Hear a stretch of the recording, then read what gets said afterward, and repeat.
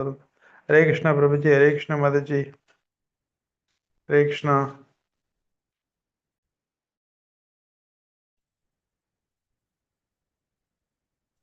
हरे कृष्ण प्रभु, हरे हरे कृष्ण कृष्ण माताजी।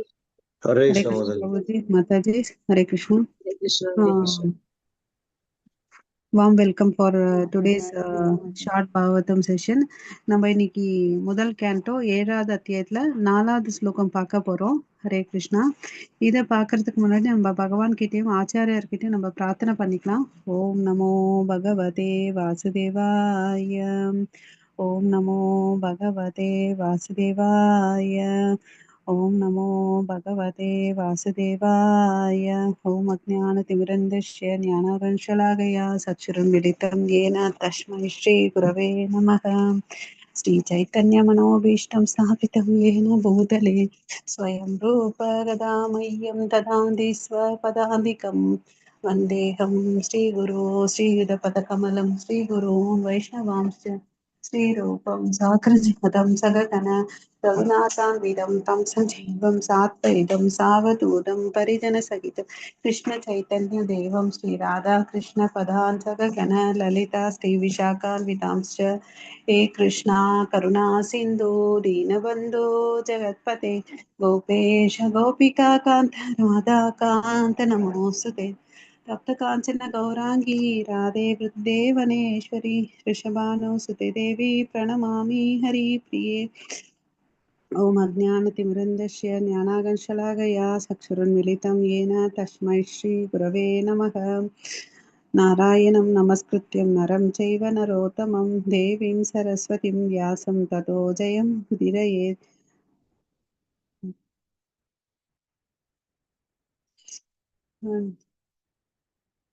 नमो विष्णुपादाय कृष्णप्रेष्ठाय भूतले श्रीमते भक्तिवेदांत स्वामिनिति नामिने नमस्ते सरस्वती देवे गौरवाणी प्रचारिणे निर्विशेष शून्यवादे पाशात्तेषधारिणि जय श्री कृष्ण चैतन्य प्रभु नित्यानंद स्टेट वैद गदाधार श्रीवासादि गौर भक्तवृंद Hare Krishna Krishna Krishna Hare Hare Hare Ram Ram Ram Hare Hare. Hare Krishna to everyone. So நம்ம இந்த हरे कृष्णा माता जी. ஹரே கிருஷ்ணா. ஸோ நம்ம சொல்றோம், திருப்பி சொல்லலாம். பக்தி யோகேன மனசி भक्ति भक्ति योगेन मनसि சம்யக் பிரணிஹிதே மலே सम्यक् सम्यक् प्रणिहिते मले அபயசத் புருஷம் பூர்ணம் अभयस्पुरुषं पुरुषं पूर्णं மாயம் ச தத் அபாஸ்ரயம். मायां च तत् मायां अभाश्रयम्. तत् आश्रयम्. யாராவது ஒருத்தவங்க சொல்லுங்க, நம்ம திருப்பி சொல்லலாம். भक्ति योगेन मनसि सम्यक् प्रणिहिते मले இல்ல अभयसद ஒருத்தங்க சொல்லுங்க, மறுபடியும் எல்லாரும் திருப்பி சொல்லலாம், அப்ப நல்லா இருக்கும். யாராவது ஒருத்தங்க சொல்லுங்க. भक्ति योगेन मनसि பக்தி யோகேன மனசி मनसि सम्यक् प्रणिहीते अमले सम्यक् प्रणीते அமலே அமலே अपश्यत् पुरुषं पूर्णं अपश्यत् पुरुषं पूर्णं मायां च तत् अपाश्रयम्. मायां च तत् अपाश्रयम्. ஹரே கிருஷ்ணா. தேங்க்யூ மாதாஜி. ஒருத்தங்க மொழிபெயர்ப்பு படிங்க. ஹரே கிருஷ்ணா. இவ்வாறாக அவர் பௌதிக எவ்வித கலங்கமும் பௌதீக இல்லாமல் கலங்கம் அந்த மாதை பக்தி தொன்றில் முழுமையாக ஈடுபடுத்தி நிலைபெற செய்தார். இதனால் அவர் பூர்ணமான முழுமுதற் கடவுளையும் அவரது முழு கட்டுப்பாட்டில் உள்ள அவருடைய பகிரங்க சக்தியும் கண்டார். ஹரே கிருஷ்ண மாதாஜி. ஹரே கிருஷ்ண பிரபு. தேங்க்யூ பிரபு. ஸோ ஜெகத்குரு ஸ்ரீல பிரபுபாதகி ஜெய். ஸோ இந்த மொழிபெயர்ப்புல என்ன சொல்லியிருக்காங்கன்னா, அந்த ஸ்லோகத்துல நம்ம பார்த்தோம் இல்லையா, பக்தி யோகேன மனசி, ஓகேவா, அபஸ்தியத் புருஷம் பூரணம். அதாவது இவர் இந்த ஸ்லோகம் எதை சொல்லுதுன்னு பாத்தீங்கன்னா, வியாசதேவர் பாத்தீங்கன்னா தவம் பண்ணிட்டு இருக்கார். ஓகேவா, நாரதர் முனி கிட்ட நமக்கு தெரியும், அவர் நமக்கு வியாசதேவர் சாட்சாத் யாருன்னு பாத்தீங்கன்னா யாரு சொல்லுங்க? பகவானுடைய இலக்கிய அவதாரம். வியாசதேவர் வந்து யாருன்னு பார்த்தீங்கன்னா கிருஷ்ண துவைப்பான வியாசதேவன் சொல்றோம் இல்லைங்களா. அவர் வந்து சாட்சாத் பகவான் கிருஷ்ணர் தான் வந்தார். ஓகேங்களா. ஸோ கிருஷ்ணர் வந்து என்ன பண்றாரு, கிருஷ்ணர் தான் வந்தாரு. அவர் வந்து பார்த்தீங்கன்னா எல்லா வேதங்களை எழுதுறாரு. ரிக் யஜுர் சாம அதர்வண எல்லாத்தையும் எழுதி அவருக்கு என்ன மனசு திருப்தி இல்லாம இருந்தது. அப்ப வந்து அவருடைய ஆன்மீக குருவான நாரதரை மீட் பண்றாரு. அவர் என்ன சொல்றாரு, நீங்க கடவுளுடைய லீலைகளை எழுத மறந்துட்டீங்க. நீங்க தர்ம அர்த்த காம மோட்சத்தை பத்தி சொன்னீங்க. ஆனா கடவுளுடைய திவ்யமான லீலைகளையும் குணங்களையும் வந்து நீங்க எழுதவே இல்லை. அதை பத்தி எழுதுங்க. அப்போ வந்து உங்களுக்கு வந்து திருப்தி அடையும். அதுதான் வந்து கலியுக மக்களுக்கு தேவைன்னு அப்படின்னு சொன்னாரு. அப்படி வந்ததுதான் இந்த இலக்கிய காவியம்னு இப்ப மாதாஜி சொன்னாங்க பாருங்க, டிரான்சிடென்டல் சவுண்ட் லிட்ரேச்சர். இதுதான் வந்து ஸ்ரீமத் பாகவதம் அமல புராணம். இதை வந்து எழுத சொல்றாரு. அப்ப வந்து ஆஹ் நாரதர் முனி வந்து வியாசதேவருக்கு சொல்றார், பக்தி யோகேன மனசி, அந்த வார்த்தையை நல்லா கவனிங்க. பக்தியை பண்ணு. யோகான்னா நமக்கு தெரியும் என்ன அர்த்தம். ஒரு ஜீவாத்மாவையும் பரமாத்மாவையும் இணைக்கிறது தான் வந்து யோகான்ற ப்ராசஸ். நம்ம பகவத்கீதையில நிறைய யோகங்களை படிச்சிருக்கோம். அஷ்டாங்க யோகா, ஞான யோகா, கர்ம யோகான்னு சொல்லிட்டு. ஸோ இதுல வந்து எல்லாம் உயர்ந்தது எதுன்னு பார்த்தீங்கன்னா பக்தி யோகா. ஸோ அந்த பக்தி யோகாவை கொண்டு உன் மனசு எப்படியாப்பட்டது, அர்ஜுனன் என்ன சொல்லியிருக்காரு, சஞ்சலம் ஹே மன கிருஷ்ணான் அப்படின்னு சொல்லியிருக்காரு இல்லையா. நான் காத்த வேணும்னாலும் கண்ட்ரோல் பண்ணிடுறேன், ஆனா மனசை வந்து என்னால கண்ட்ரோல் பண்ண முடியாது கிருஷ்ணான் அப்படின்னு சொல்றாரு இல்லையா. ஆனா அதுக்கு கிருஷ்ணர் என்ன பலி சொல்றாரு, அபியாசேன கவுண்டேய. ஸோ பழக்கத்தாலும் டிட்டாச்மெண்ட்னால அது பண்ண முடியும், பண்ணுன்னு அப்படின்னு சொல்லிட்டு சொல்றாரு இல்லையா. ஸோ இப்ப வந்து வியாசதேவர் தன்னுடைய குருவின் வார்த்தைகளை கேட்டுட்டு பக்தி யோகேன மனசி சமயக் பிரணிகிதே அமலே. ஸோ இங்க அமலேன்றது வந்து பாத்தீங்கன்னா எந்த ஒரு பௌதிக ஆசைகளும் இல்லாம அவர் என்ன பண்றாரு, பக்தியை பண்றாரு. அப்ப சத் புருஷம் பூர்ணம். ஸோ அப்படி பண்ணும்போது யாரை பாக்குறாருன்னு பாத்தீங்கன்னா, இந்த மொழிபெயர்ப்புல நாம பாக்குறோம், பூரணமான முழுமுதற் கடவுளை பாக்குறாரு. அவரை மாத்திரம் பாக்குறாரான்னு பாத்தீங்கன்னா, அவரு கீழே அந்த லாஸ்ட் லைன் பாருங்க, அபாஸ்ரயம் மாயாம் சதத் அபாஸ்ரயம். ஸோ மாயையும் பாக்குறாரு. ஸோ அந்த மாயை வந்து பாத்தீங்கன்னா கடவுளுடைய புருஷ பகவான் கீழே கட்டுப்பாட்டோடு இருக்கு. அவரது முழு கட்டுப்பாட்டில் உள்ள அவருடைய பகிரங்க சக்தியையும் கண்டார். இந்த விஷயங்கள் புரியுதுங்களா? ஹரே கிருஷ்ணா மாதாஜி, பிரபுஜி. புரியுது மாதாஜி. கிளியரா இருக்கு. Okay, thank you. ஸோ இப்ப வியாசதேவர் வந்து தவம் பண்றாரு. பக்தி யோகத்தால மனசை வந்து எந்த ஒரு பௌதிக ஆசைகள் இல்லாம பூரணமான பகவான் புருஷர் மேல வந்து மெடிடேட் பண்றாரு. ஓகே, அப்ப மெடிடேட் பண்ணதுனால அவர் என்ன பாக்குறாரு, ரெண்டு பேரைய பாக்குறாரு. ஒண்ணு பூரணமான பகவான் புருஷரை பாக்குறாரு, அப்புறமா வந்து மாயையும் பாக்குறாரு. மாயை எப்படி இருக்கு, சுதந்திரமா இல்ல, கடவுளுடைய கண்ட்ரோல்ல இருக்கு. ஓகேவா. சோ இங்க வந்து பாத்தீங்கன்னா புருஷ பூரணம். அப்படின்னா என்ன அர்த்தம், கடவுளுக்கு வந்து ஒரு ரூபம் இருக்கு, அதனாலதான் அவனை புருஷான்னு சொல்றாங்க. புருஷான்னு பாத்தீங்கன்னா ஆண் இல்லையா. சோ உத்தமமானவர் புருஷத்திலே வந்து உத்தமமானவர் வந்து பகவான் கிருஷ்ணர், அதனால புருஷோத்தமான் அப்படின்னு சொல்றோம். அப்புறம் வந்து பாத்தீங்கன்னா அவர் பூர்ணமானவர். அதாவது இந்த முழு பௌர்ணமி நிலவை வந்து நம்ம பார்த்தோம்னு வச்சுக்கோங்களேன், எப்படி ஒளிவட்டமா நல்ல பிரகாசமா இருக்கு. அதே வந்து நம்ம ஏகாதசி அன்னைக்கோ அஷ்டமி நவமி அன்னைக்கு எல்லாம் பார்த்தோம்னு வச்சுக்கோங்க, அப்ப என்ன இருக்கும், தேய்ந்து இருக்கும். பாதி நிலவை தான் பார்ப்போம், முழு நிலவை பார்க்க முடியாது இல்லையா. சோ அது மாதிரி அவர் வந்து முழுமையா இருந்தாரு. கடவுள் வந்து எப்பவுமே பூரணமானவர்ன்றது நம்ம தெரிஞ்சுக்கணும். அவருடைய கட்டுப்பாட்டுக்குள்ளதான் எல்லாமே இருக்குன்றதை தெரிஞ்சுக்கணும். அதுதான் இங்க வியாசதேவர் வந்து அவர் கட்டுப்பாட்டில் இருக்கக்கூடிய மாயாவையும் பாக்குறாரு. ஓகேங்களா. ஹரே கிருஷ்ணா. நம்ம பொருளுரைக்கு போலாமா? புரிஞ்சுச்சுங்களா இது? புரியுது மாதாஜி. ஓகே. பொருளுரை படிங்க. நான் சொல்லும் போது நிறுத்திடலாம். படிங்க மாதாஜி. பகவான் நம்மை இணைக்கும் முறையான பக்தி தொண்டில் மட்டுமே பரமபுருஷரை பூரணமாக காணவும் உணரவும் அவரது ராஜ்யத்துக்குள் பிரவேசிக்கவும் முடியும். அரோ பிரம்மத்தை அல்லது இதயவாசியான பரமாத்மாவை அணுகும் குறையுடைய முறைகளினால் அடையப்படும் பகவானின் பூர்ணமற்ற உணர்வானது பகவானின் ராஜ்யத்திற்குள் நுழைய ஒருவரையும் அனுமதிக்காது. பரமபுருஷ பகவானையும் அவரது செயல்களையும் பற்றிய தியானத்தில் ஆழ்ந்து விடும்படி ஸ்ரீல வியாசதேவருக்கு நாரதர் அறிவுரை கூறினார். பிரம்மஜோதி பூர்ணமான நிலை அல்ல என்பதால் வியாசதேவர் அதை ஒரு பொருட்டாக எடுத்துக்கொள்ளவில்லை. வாசுதேவ சர்வம் இது இது என்று பகவத்கீதையில் 7.19 குறிப்பிடுவதைப் போல பரமபுருஷ பகவானை காண்பதுதான் பூர்ணமான காட்சியாகும். பரமபுருஷ பகவானான வாசுதேவன் ஹிரண்மயேன பாத்திரேன எனப்படும் பிரம்மஜோதியின் பொன்னிறமான பிரகாசத்தினால் மூடப்பட்டு இருக்கிறார் என்று உபனிஷத்துகளிலும் உறுதி செய்யப்பட்டு உள்ளது. மேலும் பகவானின் கருணையினால் அவ்வொளி விளக்கப்படும் போது பகவானின் உண்மையான முகத்தை காண முடியும். பகவான் இங்கு புருஷர் அல்லது நபர் என்று குறிப்பிடுகிறார். மேலும் பகவத்கீதையில் புருஷர்தான் நித்தியமானவரும் ஆதியான நபரும் ஆவார் என்று உறுதி செய்யப்படுகிறது. பரமபுருஷ பகவான் பூர்ணமான நபராவார். அவருக்கு தேங்க்யூ மாதாஜி. இதை டிஸ்கஸ் பண்ணிட்டு அதை படிக்கலாம். ஓகேங்களா? தேங்க்யூ மாதாஜி. ஸோ நமக்கெல்லாம் தெரியும் பகவானை வந்து 3 நிலைகள்ல வந்து நம்மளால உணர முடியும் இல்லையா? பிரம்மா, அப்புறம் பரமாத்மா, பகவான். இங்க வந்து நாரதர் முனி வந்து வியாசதேவருக்கு என்ன சொல்லியிருக்காருன்னு பாத்தீங்கன்னா, நீ எதை வந்து கான்சென்ட்ரேட் பண்ணி பார்க்கணும்னு புருஷனை தான் பார்க்கணும். அதாவது பகவான் எப்படி இருப்பாரு? ஷாமசுந்தர ரூபத்துல இருப்பாரு. கையில புல்லாங்குழல் வச்சுட்டு, தலையில மயில் பீலி வச்சுட்டு, பட்டு பீதாம்பரம் அணிஞ்சிட்டு, கழுத்துல கௌஸ்துப மணி மாலை அணிஞ்சிட்டு, வண்ண மலர்களான மாலைகள் அணிஞ்சிட்டு இருக்கிறவர் தான் புருஷர். அவர் மேல தியானம் பண்ணுன்னு அப்படின்னு சொல்லிட்டு தன்னுடைய ஆன்மீக குரு சொன்னதுனால அவர் எதை வந்து நிராகரிச்சாரு சொல்லுங்க? அருவ பிரம்மத்தையும் பரமாத்மாவையும் மேல கான்சென்ட்ரேட் பண்ணல. ஏன்னா அதெல்லாம் அவருடைய விரிவாங்கம் தான். ஓகேங்களா? பகவான் தான் வந்து அல்டிமேட் கோல். ஓகேங்களா? அவர்கிட்ட இருந்த விரிவாக்கம் தான் வந்து பரமாத்மா அண்ட் பிரம்ம ஜோதி. அதை நீ கான்சென்ட்ரேட் பண்ணாத, பகவான் மேல கான்சென்ட்ரேட் பண்ணுன்னு அப்படின்னு சொன்னாரு. அதனால அவர் வந்து என்ன பண்ணாரு? இது எல்லாத்தையும் இக்னோர் பண்ணிட்டு இதை பொருட்டாக எடுத்துக்கொள்ளவில்லை. ஸோ அவருக்கு என்ன தெரிஞ்சு? வாசுதேவம் சர்வம் இது வந்து பாத்தீங்கன்னா பாகவதத்துல மாத்திரம் சொல்ல, புருஷர் பகவானை தான் தியானம் பண்ணணும். பகவத்கீதையில கிருஷ்ணரே சொல்லியிருக்காரு, வாசுதேவ சர்வம் அவர் தான் எல்லாம் அப்படின்னு சொல்லியிருக்காரு.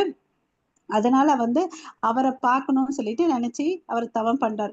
சரிப்பா, என்னால பண்ண முடியுமா? நம்ம இப்ப எல்லாம் இங்க உட்காந்துட்டு இருக்கோம், என்னால பார்க்க முடியுமான்னு நமக்குள்ள மனசுக்குள்ள என்ன ஆசை இருக்கு? அப்பா இன்னைக்கு வந்து எனக்கு எல்லாமே தேவைங்களா நடக்கட்டும், நான் வந்து கஷ்டம் இல்லாம சந்தோஷமா நல்லா இருக்கணும்னு சொல்லிட்டு நம்ம என்ன பண்ணிட்டு இருக்கோம்? நம்ம கிட்ட எவ்வளவு அளவுக்கு பௌதிக ஆசைகள் இருக்கு இல்லையா? ஆனா அவர் எப்படி பண்ணாரு? அமல பௌதிக பொருள் மேல ஒரு துளி இல்லாம தியானம் பண்ணாரு. அதனால வியாசதேவரால யார பார்க்க முடிஞ்சிச்சு சொல்லுங்க? ஹரே கிருஷ்ணா. பகவானை பார்க்க முடிஞ்சது மாதாஜி. பகவானை பார்க்க முடிஞ்சிச்சு. சோ நமக்கெல்லாம் வந்து பௌதிக கலங்கங்கள் இருக்கு. நம்மளும் என்ன பண்ணணும்? நாரதர் முனி சொன்ன மாதிரி அந்த ஆசைகள் எல்லாத்தையும் ஒதுக்கிட்டு கிருஷ்ணரை பார்க்கணும்னு தியானம் பண்ண நம்மளால பார்க்க முடியுமா? முடியாதா? முடியும் மாதாஜி. சோ ஆனா அப்ப என்னப்பா நடக்குது? சரி தவம் பண்றேன்னா அவர் என்ன ஆயிருக்காருன்னா ஒரு திரை மாதிரி ஒரு விஷயத்தால கவரப்பட்டிருக்காரு. அந்த திரை என்னன்னு பாத்தீங்கன்னா ஹிரண்மயேன பாத்திரேன, அது வந்து ஒரு பிரம்ம ஜோதி, அதாவது பொன்னிறமா இருக்கு இல்லையா? கடவுளுடைய உடல்ல இருந்து வரக்கூடிய எஃப்ளுஜன்ஸ் பிரகாசம் தான் வந்து பிரம்ம ஜோதி. அதாவது அவர் வந்து மூடப்பட்டிருக்காரு. எப்படி இப்ப வந்து நான் வந்து கண்ணாடி முன்னாடி நின்னுட்டு ஒரு ஸ்கிரீனை போட்டுட்டு என் பிம்பத்தை பார்க்க முடியுமா? பார்க்க முடியாது இல்லையா? சோ நான் பிம்பத்தை பார்க்கணும்னா என்ன பண்ணணும்?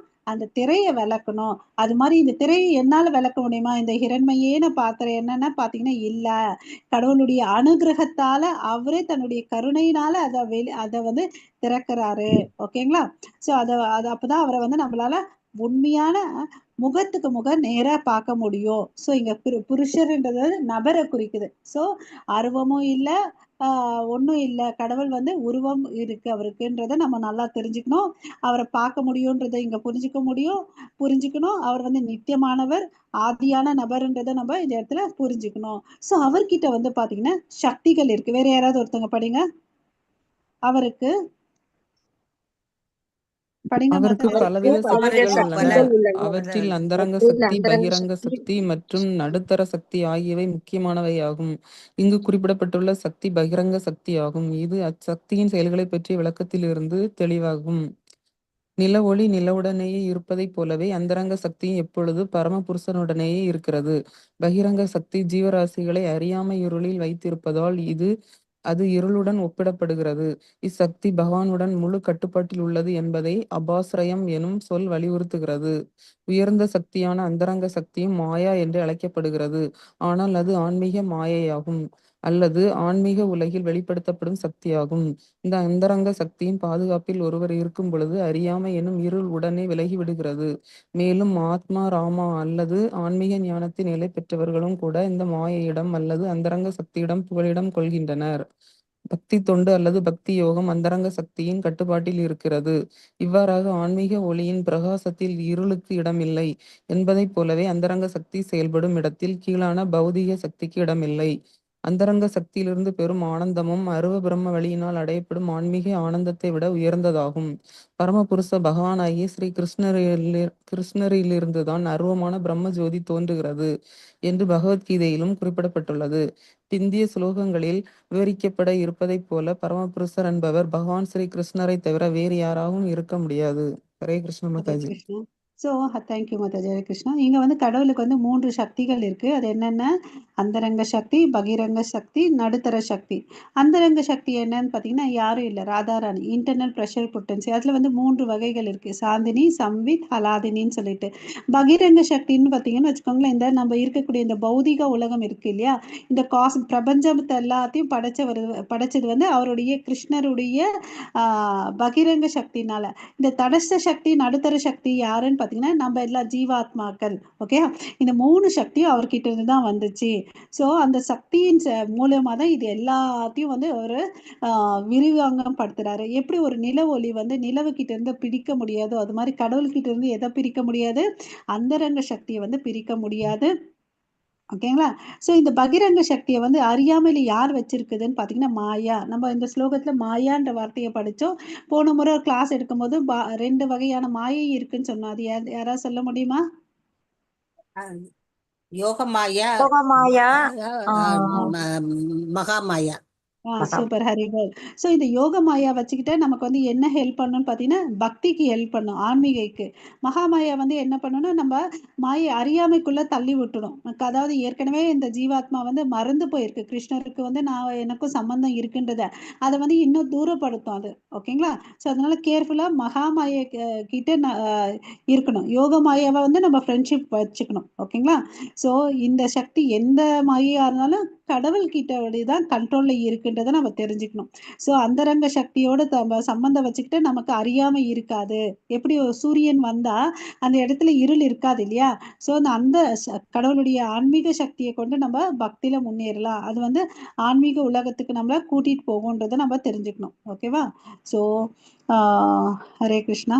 ஸோ ஆத்மாராமன்ற வார்த்தைக்கு என்ன பொருள் பார்த்தீங்கன்னா தன்னில் திருப்தி கொண்டவர் தான் அந்த ஆத்மாராமர் இல்லையா? ஸோ அப்படி ஆத்மாராமரா இருக்கும் கூட யார்கிட்ட புகலிடம் எடுத்துக்கிறாங்கன்னு பார்த்தீங்கன்னா அந்தரங்க சக்தி கிட்ட வந்து புகலிடம் எடுத்துக்கிறாங்க.